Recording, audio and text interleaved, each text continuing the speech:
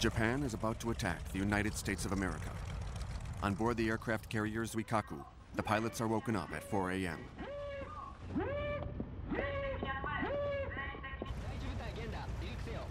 Captain Mutsuo Fuchida gathers them together for the traditional sake toast to the emperor.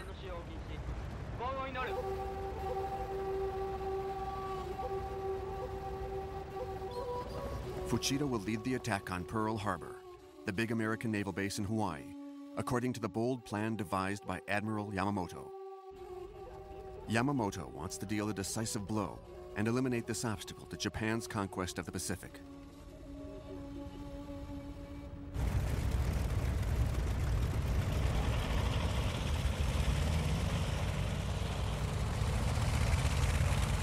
Fuchida recounts, "We took off for Pearl Harbor.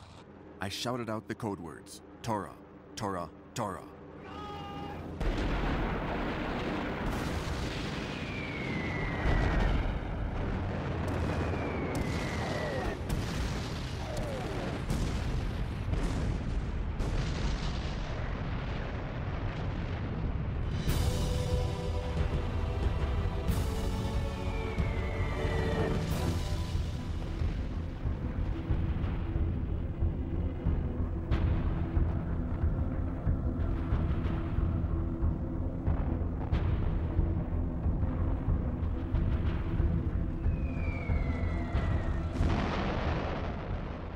Comes as a total surprise. Marine Corporal Earl Nightingale, who was on board the battleship Arizona, describes the scene. An explosion caused the ship to shake. A bomb fell right beside me. My lieutenant collapsed, covered in blood. The deck was thick with dead bodies. The ship turned over. I jumped into the sea. In this attack, launched without any declaration of war, 2,500 Americans died and 1,200 were wounded, whereas only 30 Japanese pilots were killed. These images would shock the American people. They would no longer oppose their country's entry into the war. Yet the Japanese forces did not land in Hawaii, nor did they take Pearl Harbor. They sunk part of the American fleet, but only the by now outdated battleships. Aircraft carriers have become the key to victory in naval warfare, and the 3 aircraft carriers based in Pearl Harbor were not there. They all happened to be at sea, and so, miraculously, they remain intact. The President of the United States, Franklin D. Roosevelt, had been expecting an attack. Tension between the two countries was at its height. But who would have ever imagined that Japanese naval aviation units would be able to strike 5,000 kilometers away from their bases? The next day, Roosevelt goes before Congress. Yesterday, December 7th, 1941, a date which will live in infamy. The United States of America was suddenly and deliberately attacked. No matter how long it may take us to overcome this premeditated invasion, the American people in their righteous might will win through to absolute victory. It is indeed an invasion. On the same day, the Japanese attack Hong Kong, a major British colony in China. Then they bomb the American air bases in the Philippines and land on the Bataan Peninsula. The Japanese have already established a strong foothold in China. They invade the British colonies of Burma and Malaya for their rubber, the Dutch colony of Sumatra for its oil, and they threaten India and Australia. A few months earlier, they'd moved into the French colony of Indochina. After France's defeat in 1940, the Vichy regime, which could not refuse anything to an ally of Hitler's, had turned some of its air and naval bases over to the Japanese. The United States retaliated by cutting off its oil supplies to Japan and freezing Japanese assets. These economic sanctions had pushed Japan into the war. The country, a chain of overpopulated islands lacking in natural resources, was rapidly developing. It was in need of raw materials, and it set out to conquer them by force. Japan had built up its navy to become the second most powerful fleet in the world. with not less than 10 aircraft carriers and with highly sophisticated fighter aircraft. The remarkable Zero, for example, which outperformed Allied planes in terms of speed, maneuverability, and range. In addition to an army of 2 million men fanatically devoted to their emperor. Hirohito is the 124th emperor of Japan. The scholarly monarch studies marine biology in the laboratory up in his palace.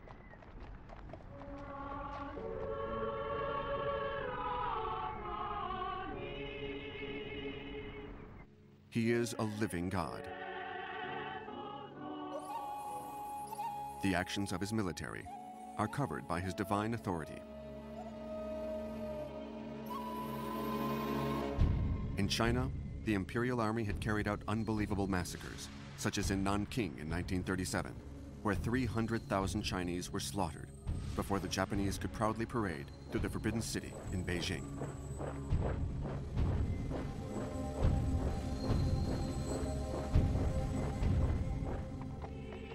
Did the emperor know? He reigns, but does not govern.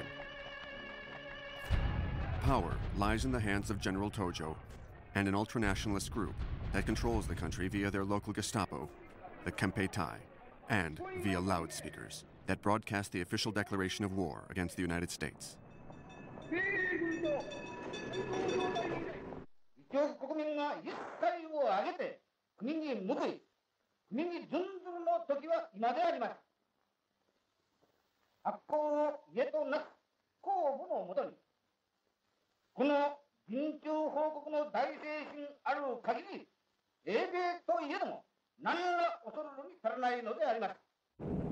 These Japanese pilots who took off from Indochina at breakfast time do not fear the British.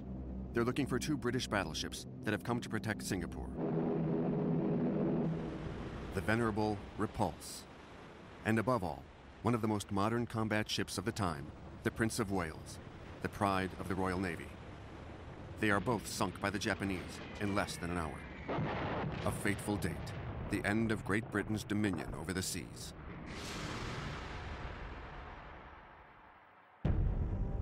The following day, in Berlin, the Fuhrer goes to the Reichstag for a special meeting of Nazi leaders. Since Pearl Harbor and Japan's entry into the war against the United States, Hitler has been waiting for 4 critical days for Roosevelt to declare war on Germany. In vain. Hitler thinks that if he sides with Japan, Tokyo will have to support him in Russia, which it hasn't yet done.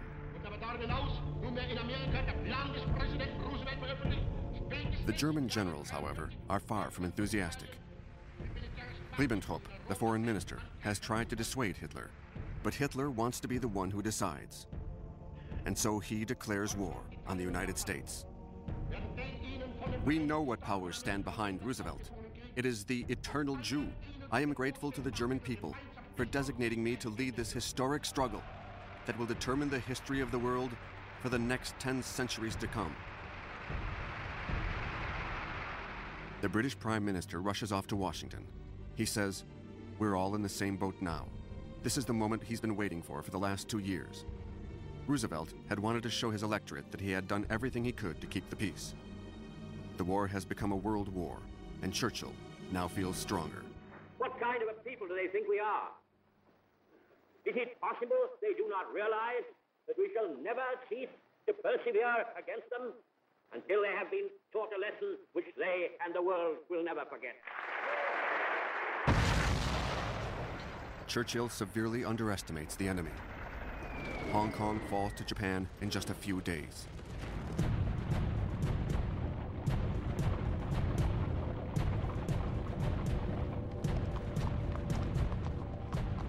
General Yamashita, known as the Japanese Rommel, dares to send his tanks through the Malayan jungle. He captures Singapore, the pearl of the British Empire, a stronghold that was considered impregnable. Yamashita makes 27,000 prisoners line up in perfect order for an impressive and humiliating review.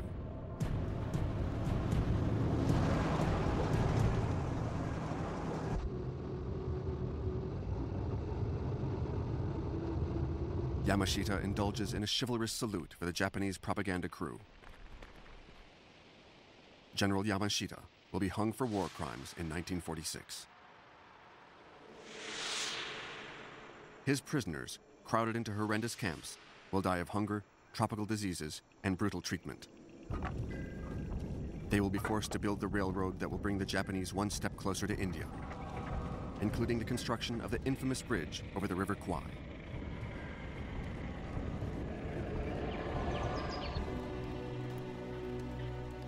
Louis Baume, a British mountaineer who was taken prisoner in Singapore, remembers. The Japanese felt disdain for us. They didn't understand why we hadn't committed harakiri. General MacArthur, commander of the U.S. forces in the Philippines, which are now surrounded by the Japanese, is ordered by Roosevelt to escape so as not to be taken prisoner. When he arrives in Australia, he declares, "I'll be back." MacArthur's soldiers are taken prisoner. 30,000 Americans with their old 1917 doughboy helmets, and an equal number of Filipinos who set off for their internment camp 100 kilometers away. This is the Bataan Death March. One of the survivors, Sidney Stewart, recalls, "We marched for 10 days and nights without eating. We were constantly beaten. Those who could no longer go on were killed by the guards, who beheaded them with a sword." Such cruelty is explained by the way of thinking of the Japanese, which, at the time, was particular to their culture. Surrender was incomprehensible to them. A Japanese soldier never surrenders. He is trained to fight from childhood, according to the tradition of Bushido, the art of killing and of being killed. An officer in the Imperial Navy, Mutsui Fuchida, explains, "Bushido can be translated as the way of the warrior. It is a code of loyalty, faithfulness, and devotion until death. We scorn death. We kill with great cruelty, as long as it is the enemy we are killing. We scorn physical pain. We scorn death without glory. Bushido is the art of death."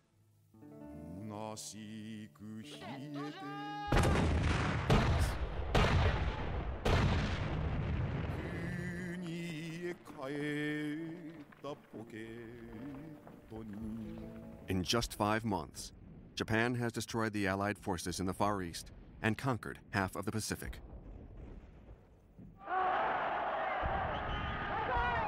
Banzai! Long live the Emperor! A huge banzai resounds throughout the empire to celebrate Japan's version of the Lightning War. It reaches General Tojo and the Emperor, who deigns to make an appearance in public with his family. Rose reigns over her little garden in London.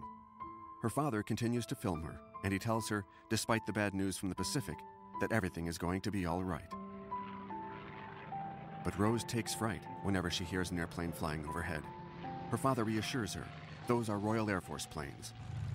They are probably from the 615th Squadron assigned to protect London. Churchill is its honorary Commodore. Its pilots are the survivors of the Battle of England, along with Belgians, Poles, Czechs, and Frenchmen, like René Mouchot. De Gaulle has a special feeling of affection for these heroes. They were among the first to join him in Great Britain. They are the ones who are now attacking the Germans over France. Germany first. Churchill and Roosevelt both agree on this strategy. Their primary objective is to defeat Germany. "We have to bomb it," says Churchill. He creates an air fleet commanded by General Harris, nicknamed Bomber Harris, who declares, "We will destroy their morale and their factories along with their workers." Harris believes he can win the war with his powerful 4-engine Halifaxes and Lancasters. This strategy is criticized as being costly in terms of men and equipment, but it begins to take a toll on German cities. On March 28, 1942, Essen is bombed. The city produces weapons used by the German forces in Russia, a way for Churchill to help Stalin. The Germans begin to measure the consequences of Hitler's policies. the Nazi regime descends into murderous insanity. Hitler, Goering, Himmler, and his assistant Heydrich decide to implement what they call the final solution, the extermination of Jews in Europe, endorsed at the Wannsee Conference near Berlin in January 1942. That is why Heydrich has come to Paris, to organize the rounding up of Jews in France. Their one-way trip to the gas chambers in Auschwitz.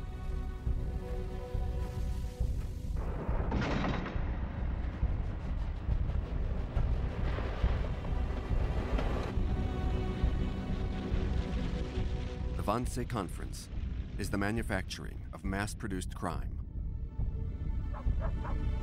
Thousands of Jews are crowded into fake showers and gassed.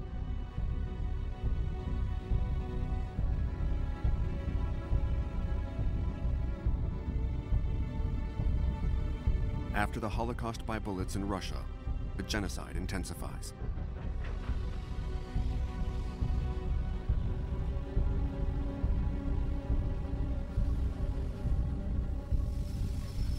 In Paris, and everywhere else in Europe, the occupation brings poverty. Everything is rationed. Everything the occupied countries produce goes to feed the German army, a monstrous parasite. Their fathers are prisoners in Germany, Stalag camps for enlisted men and Oflag camps for the officers. Gaston Sirek, imprisoned in June 1940, writes, "I wasted the 5 best years of my life in that Stalag, from 20 to 25, without my wife."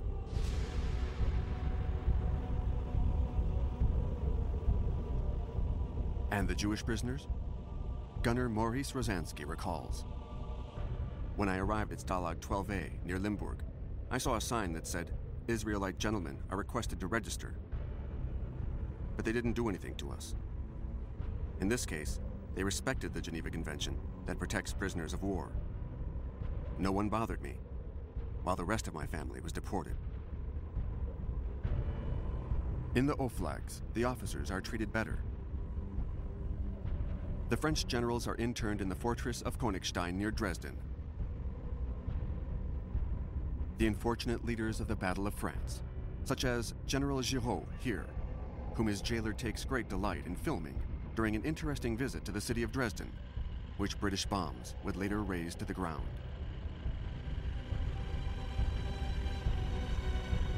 General Giraud will become the hero of an acrobatic escape at 63 that will infuriate Hitler. For a while, Giraud will be the rival of General de Gaulle. It is de Gaulle, however, who from London embodies the French resistance. In France, attacks against the occupiers have been on the rise, especially since the communists joined the resistance struggle following Germany's invasion of the Soviet Union. In retaliation for the anti-German attacks, hostages are executed. De Gaulle now has a small army fighting alongside the British in Africa, called the Free French Forces. Its members have been sentenced to death by the Vichy government. Some have been fighting since June 18, 1940. The most famous among them is General Leclerc. His real name is Philippe de Hautecloque, but he adopted this alias to protect his family back in France. After being promoted to general by de Gaulle, he fashioned a kepi for himself with 2 stars taken from an Italian after the victorious battle in Kufra, Libya. That day, Leclerc said to his men, "Swear that you will not lay down your arms until our flag flies once again over the Cathedral of Strasbourg."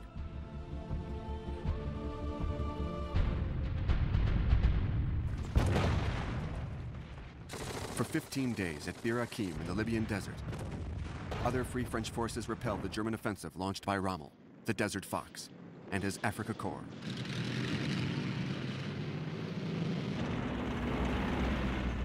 In this global conflict, the so-called Axis powers, the alliance between Germany, Italy, and Japan, dominate on all the fronts. The Afrika Korps is just outside of Egypt. The Wehrmacht occupies a third of Russia. The Imperial Navy of Japan controls the Pacific, and Germany's submarines are wreaking havoc in the Atlantic. Indeed, Germany's most dangerous weapon is the U-boat.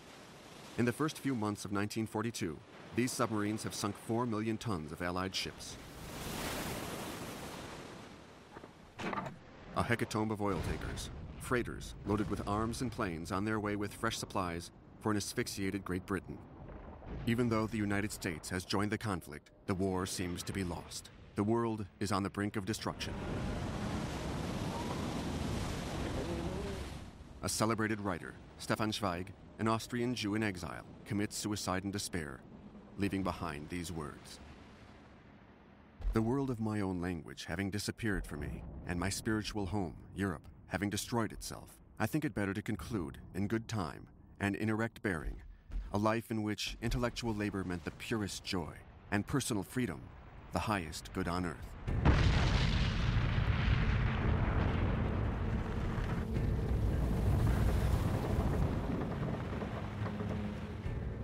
The German submariners, however, speak of a golden age and call the American shores the Promised Land. Through their periscopes, they film the bright lights of New York.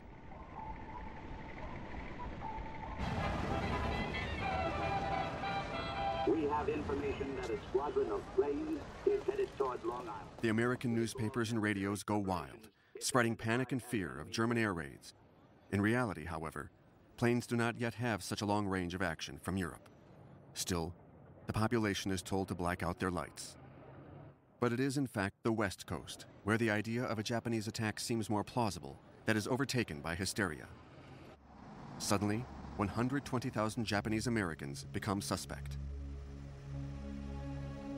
First, their radios are confiscated, and the sheriffs take their fingerprints.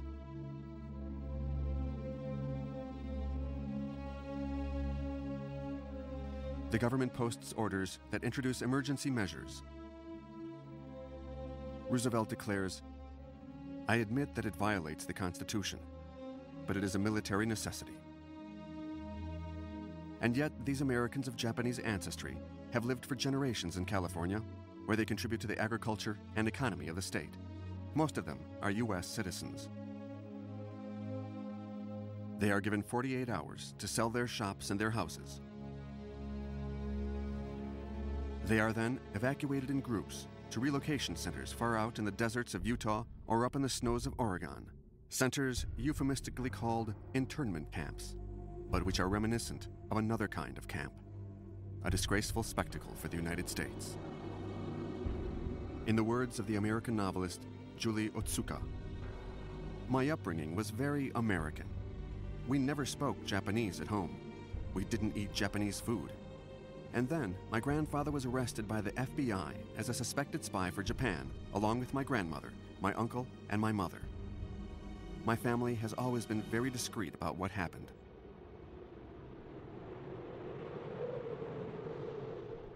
But nothing diminishes their loyalty to America. 6,000 will serve as translators in the Pacific. Nearly 20,000 will sign up to combat the Germans in Europe. The rest will be freed at the end of the war. In 1942, America rallies around its flag. 11 million men enlist, while 6 million women go to work to replace them in the armament factories.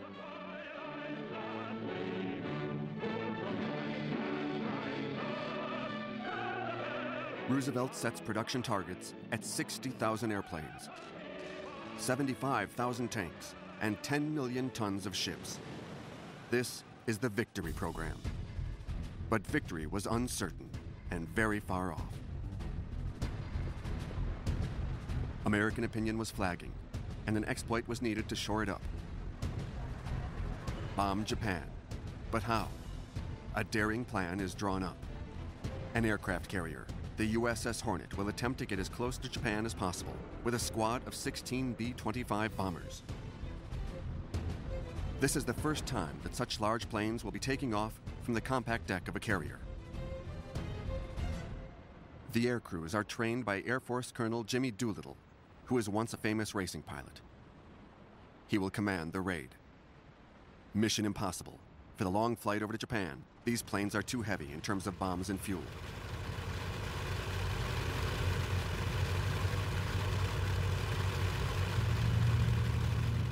But they succeed in taking off.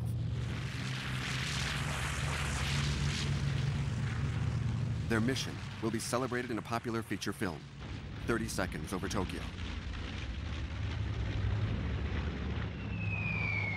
A few tons of bombs and only minor damage, but it was a huge slap in the face for the Empire of the Rising Sun. One of the crews went down in Japanese territory, and the vengeance was fierce. Tried for war crimes, they would all be sentenced to death.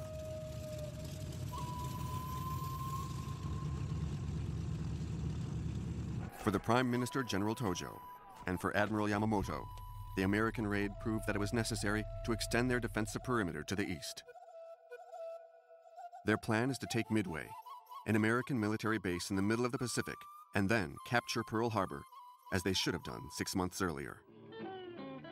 What the Japanese do not know is that the Americans have successfully broken their secret military code and are thus aware of the plan.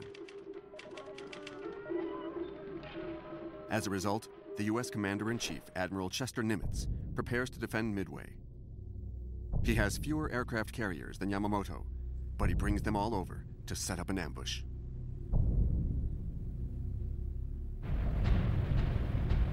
Admiral Yamamoto is on his way, at the head of the biggest armada ever put together, 200 battleships, and, above all, an exceptional fleet of 8 aircraft carriers transporting nearly 600 planes. On board are 5,000 Japanese Marines, and a painter who has come along to immortalize the battle, Fujita. In Paris, he was a famous Montparnasse artist, and he has returned to Japan to do his duty. On the American side, it's the eminent director John Ford who will immortalize the defense of Midway Island. On the eve of the battle, he recreates the atmosphere of his westerns before the final shootout. The Marines know that the attack is slated for the next day.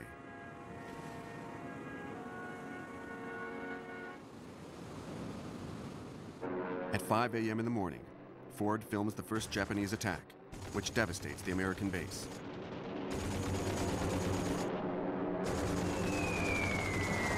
A Japanese bomb explodes a little too close to the filmmakers, seriously wounding Ford, who will lose an eye. In the Jeep, taking him to the hospital, Ford comes to and says, "My God, that one was close." Then he adds, "The Marines with me, they were kids from 18 to 22. They were the calmest people I've ever seen." I figured then, well, this war is practically won.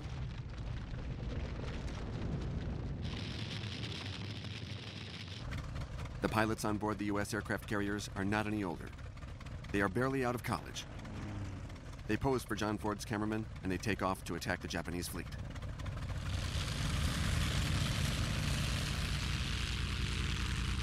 Torpedo Squadron 8 will strike first.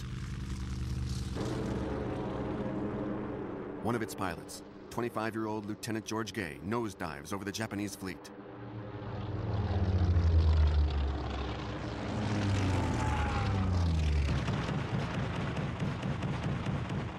The anti-aircraft guns on the Japanese aircraft carriers shoot down the American planes one after the other. George Gay flies low over the waves. He is shot down. He surfaces in the water, miraculously unhurt. A few hundred yards away, he can see the feverish activity on board the Japanese aircraft carriers. Planes are being fueled up and bombs are being loaded in preparation for their second wave of attack. At that very moment, another squadron of U.S. bombers flies over the Japanese ships, an incredible stroke of luck. They sink 4 Japanese aircraft carriers. George Gay, who is still in the water, recalls, "I found myself in the middle of the Japanese wrecks and the sharks. I saw the Japanese planes coming back from their first attack on Midway. They were looking for their aircraft carriers, the ones we had just sunk. So I saw the Japanese pilots, who had by now run out of fuel, landing in the water.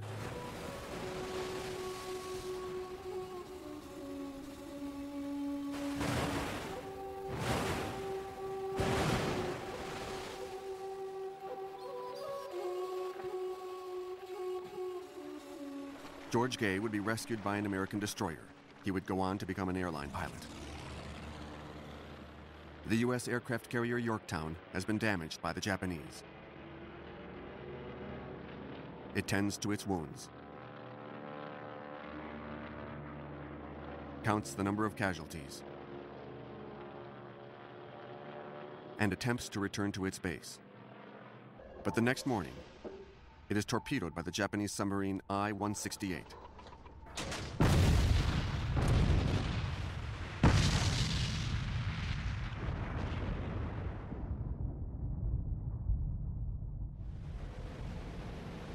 The Americans have just lost an aircraft carrier, but the Japanese have lost 4.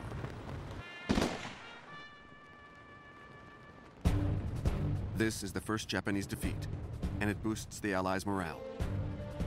It restored our confidence, says Churchill. But it doesn't seem to have weakened Japan. Thwarted at midday, in the middle of the Pacific, it continues to advance south towards Australia. Darwin, the northernmost city in Australia, already bombed by the Japanese, is now preparing for an invasion, the continent's first war.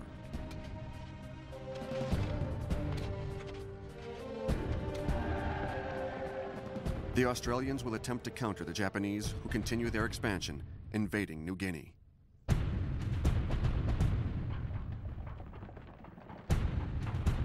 An enormous island, practically impenetrable, which until then had mainly attracted explorers.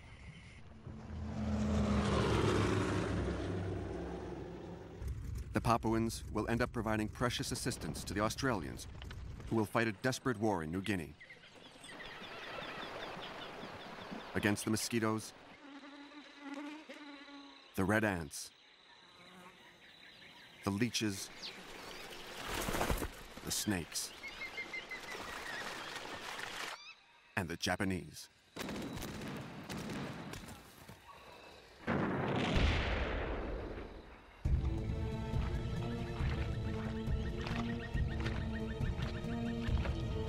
But it's the island of Guadalcanal that now concerns the Americans.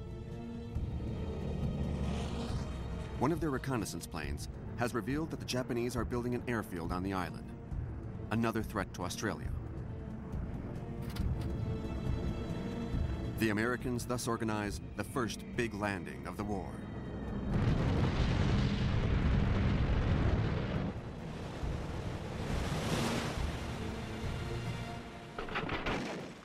Initially, on the beach, the Marines do not encounter any resistance and head into the jungle.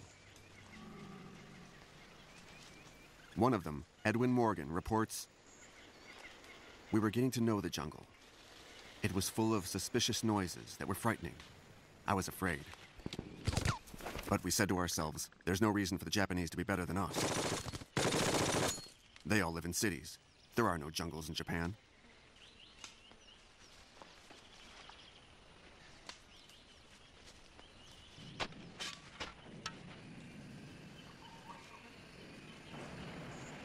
The Marines are pros, and the Japanese are fanatics. The Japanese are so confident in their superiority that they charge with their bayonets, just like in World War I in Verdun against machine gun fire.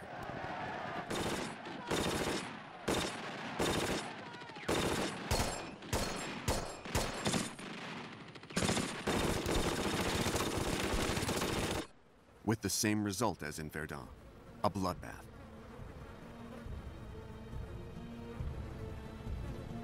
"900 Japanese soldiers are killed in the Battle of Tanaru River.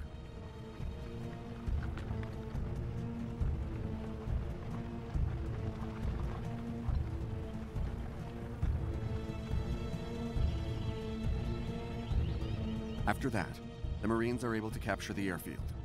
They secure it and enlarge the runway for the first planes of the Airborne Marines, called the Black Sheep Squadron. This airfield becomes the target of incessant shelling by the Japanese. At night, their cruisers glide up and down the coast and pound the base with such regularity that the Marines call it the Tokyo Express. A naval battle is engaged to prevent reinforcements from landing. A Japanese elite regiment gets through. These Japanese Marines are fearsome warriors, but they go off to war without any defense against tropical diseases. Malaria will kill half of them. The other half will sacrifice themselves in keeping with the Bushido tradition.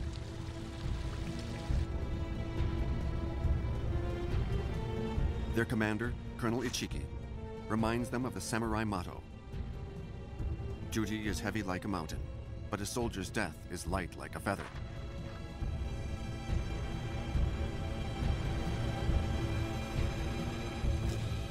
The battle for Guadalcanal is only just beginning.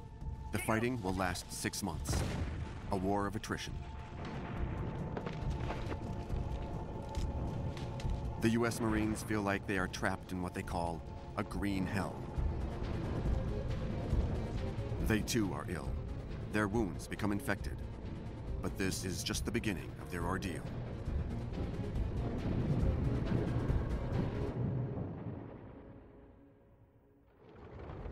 At that moment, the Red Army is going through its own ordeal. The Russians call it the Black Summer of 1942. The Germans have resumed their march eastward and are taking prisoners again. Less than the previous year, however, because most of the time, the Soviets have already taken off and left nothing but scorched earth behind them.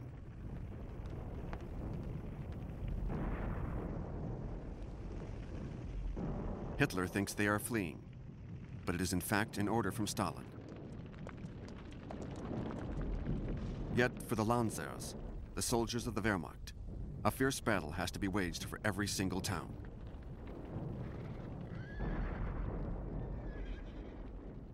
Major Hucke of the 18th Infantry Regiment writes, "The new recruits are not used to this kind of fighting. They soon get depressed, go crazy, and are struck down. On August 8th, we lost 35 young men like this, out of the 50 who were killed in the 6th Company.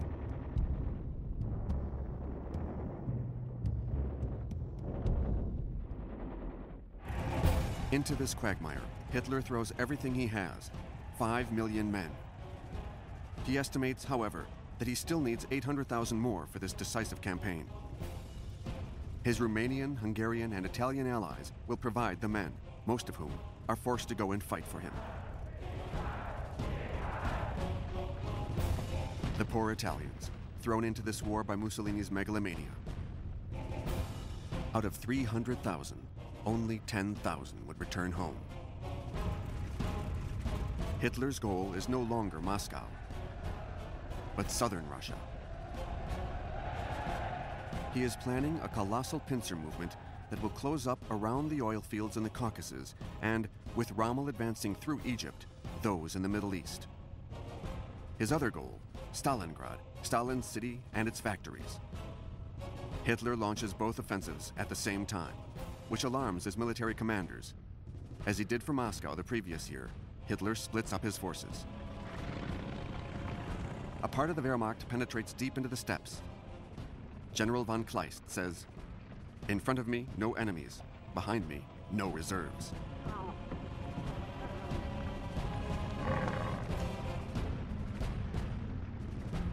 They reach the Caucasus Mountains. They head for the Iranian border, which has recently become a supply route for American aid to the USSR. They'll never reach it.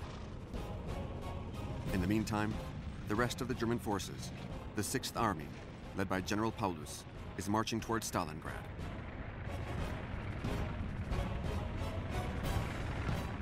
To try and stop the relentless advance of the German tanks, the Russians start using desperate means. Dogs. Up until now, the skins of these dogs were used to make boots. The Russians have hastily put together a method based on the work of the famous scientist Pavlov and his conditioned reflexes. The dogs are starved and trained to seek their food under a tracked vehicle. They are strapped with remote-controlled explosives and freed at the last minute when a German tank comes into view.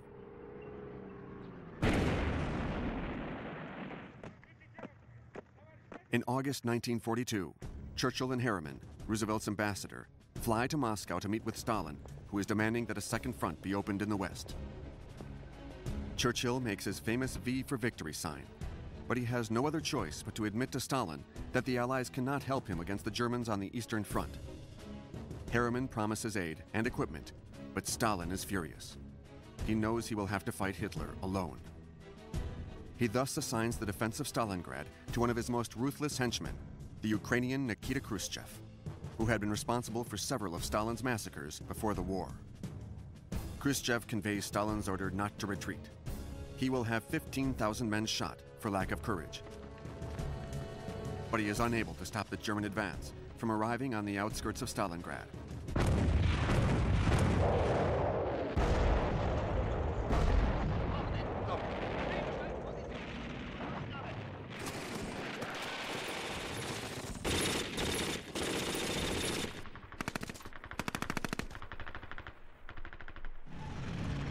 At the beginning of September 1942, Paulus reaches the railroad line that goes to Moscow. He manages to follow it all the way to Stalingrad and takes the central train station.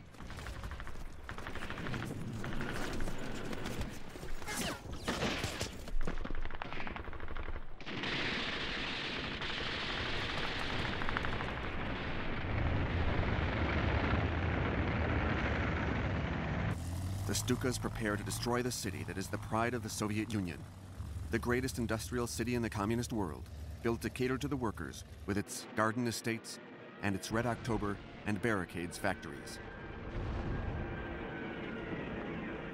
The German bombs kill thousands of civilians.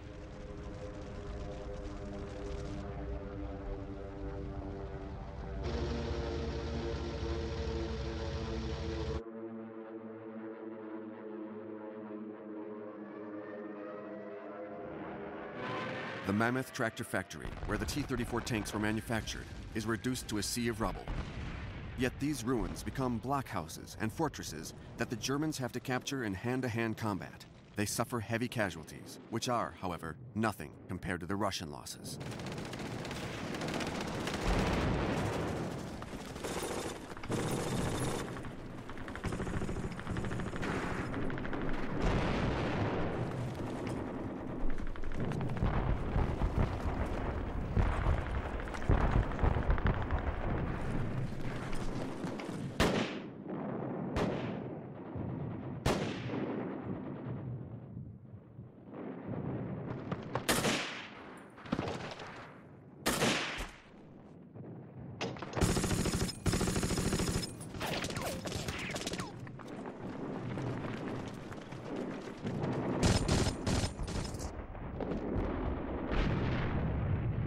After 4 weeks of dogged fighting, the Germans finally get to the top of the only high point in the city, Mamayev Hill.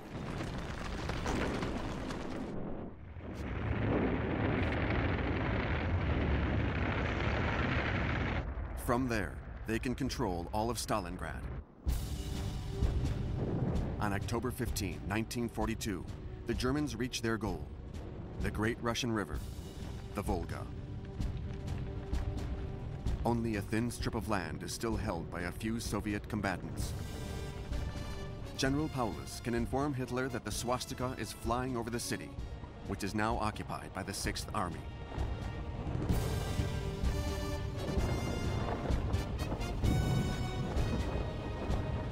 Hitler has a medal made to commemorate the capture of Stalingrad.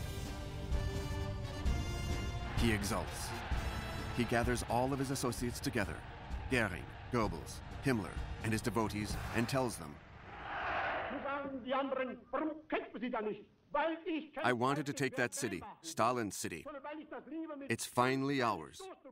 Boats can no longer sail up the Volga. That's what is most important.